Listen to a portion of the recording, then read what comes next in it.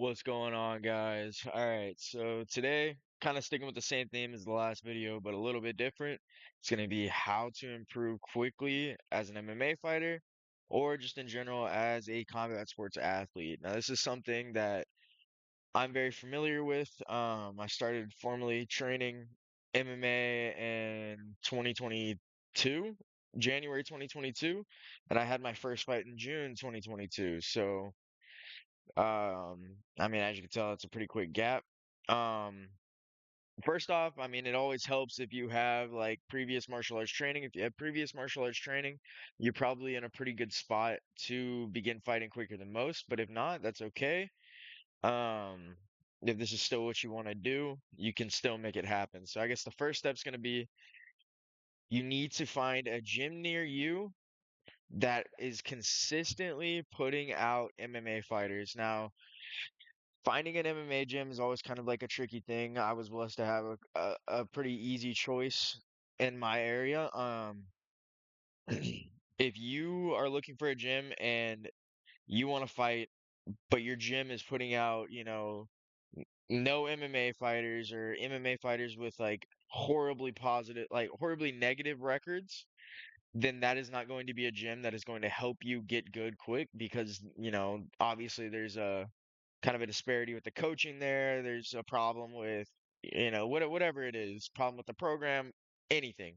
So first off, you need to find a gym that has consistent MMA fighters with a positive record and the MMA fighters are staying at that gym. So they're not just, fighting a couple times and then bouncing, you never hear of them again. No, they're consistently there and they're consistently winning. That is the first telltale sign of like, hey, is this gym good or not? So finding a good gym is definitely the first step to getting good quick. That's going to affect your, your coaching or yeah, your personal coaching. That's going to affect that. It's going to affect your skill level, everything. So that is probably one of the biggest things. Your gym is going to be your kind of like lifeline into how good you can truly get.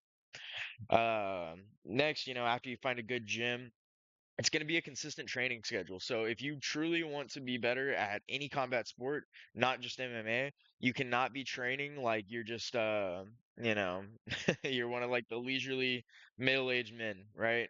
So you can't be doing it for fun. You can't just be, half in, half out. You have to be all in on your training. So you should be in the gym minimum 5 times a week. If you can, 6 times a week. 7 times a week is a little much, but I mean, you could do it, but you also need to know how to balance your recovery. But so in the gym, minimum 5 times a week. You need to be doing at least two a days. So 2 to 3 workouts a day, 3 days of that week.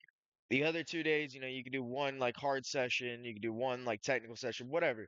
However it works for you, but minimum, you should be training 2 times a day, 3 times a week. And if you're preparing for a competition, you should be training 2 times a week, probably 4 to 5 times a week during that. So, consistency in that training schedule is going to help you really just bump your skill level up quick. You're going to have more time on the mats, you're going to have more time, throwing hands, you're going to have more time doing everything. So that's a huge huge thing. I truly believe, when I was an amateur, I was training 2 times a day, 5 times a week, and then one super hard session on Saturday, and then just completely recovering on Sunday. And I feel like that was a great schedule that helped kind of propel me forward faster than most.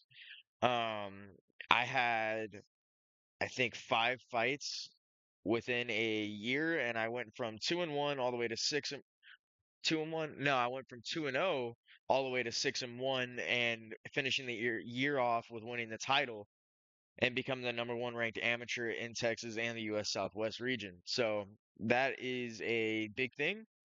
Before I move on any further, yeah, I was a six and one amateur, and I am now a 4-0 pro MMA fighter. So consistent training schedule is going to help you get very far. It's going to help you push yourself forward. It's going to help your skill level improve quicker. And not only that, your physical fitness is going to go up as well, which brings me to my next point. If you want to get good fast, you need a consistent strength and conditioning program. So you need to be lifting weights. You need to be doing your cardio, whether that's running, whether that's bike sprints. I talked a little bit about it in the last video, but bike sprints are an absolute game changer. They will make you feel like you have a third lung. They'll make you feel just good. You'll feel great for whatever, whatever your fight camp, whatever your training throws at you, those will make sure that you have the cardio and the longevity to push through that. So a consistent strength and conditioning program looks at like 3 to 4 lifting sessions a week, depending on if you're in camp prepping for a fight or not. If you're prepping for a fight 2 times a week's good. Upper lower is what I like to run for that. If not, push pull legs is a fantastic alternative when you're outside of camp. I can't stress how much that lifting and being strong and capable and fit is going to help you, especially in an even weight class. I'm a featherweight, so I fight at 145. If I'm stronger than all the other 145ers, even though there is a skill gap, or even though there might be a skill gap, my strength might be able to push me through. And then, best base for MMA in general has got to be wrestling and jiu-jitsu. If you can't grapple, you should not be fighting MMA. You should be doing kickboxing, you should be doing boxing, you should be doing Muay Thai, whatever. You have to grapple to be good at MMA. You have to grapple to be able to compete with the best. You don't grapple for a couple fights, you might be able to win those fights, you might be able to skate through, but you run into somebody who is a world class grappler, you run into somebody who is a, even average grappler and you're not grappling, it's not going to go well for you. So make sure you're grappling consistently. I've been grappling for 14 years now. I'm a brown belt in jiu-jitsu. I wrestled in high school and college. That's just a fantastic base. And now that I have this grappling base, I've really been honing in on my striking and just finding all my little holes. And I think that's going to help, propel my game forward as well. So consistent training schedule, consistent strength and conditioning, and now consistent recovery. So on these off days, we need to be recovering. My favorite recovery is a hot bath. I also enjoy, a cold plunge every once in a while, an active light walk. Don't make your recovery day a day where you just sit in bed. Your body will not recover the same as if it is an active rest day. And it doesn't even have to be that active. Go for like a 10-minute walk, and I promise you, you'll feel better.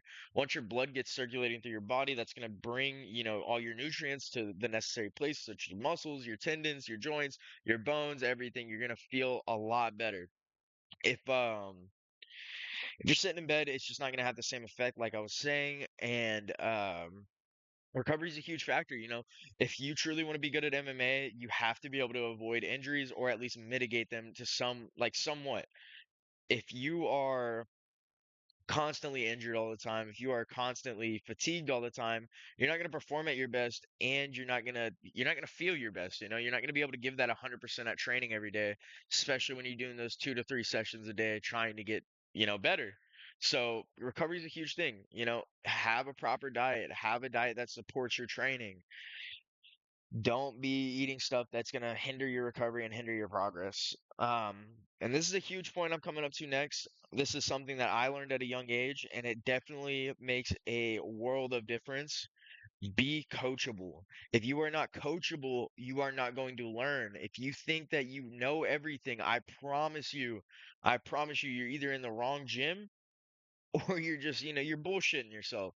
Nobody knows everything. I don't care who you are. Once you stop learning is once you start getting better, once you stop improving. So make sure we're always constantly learning. We're receptive of whatever advice our coaches are giving us, our teammates are giving us.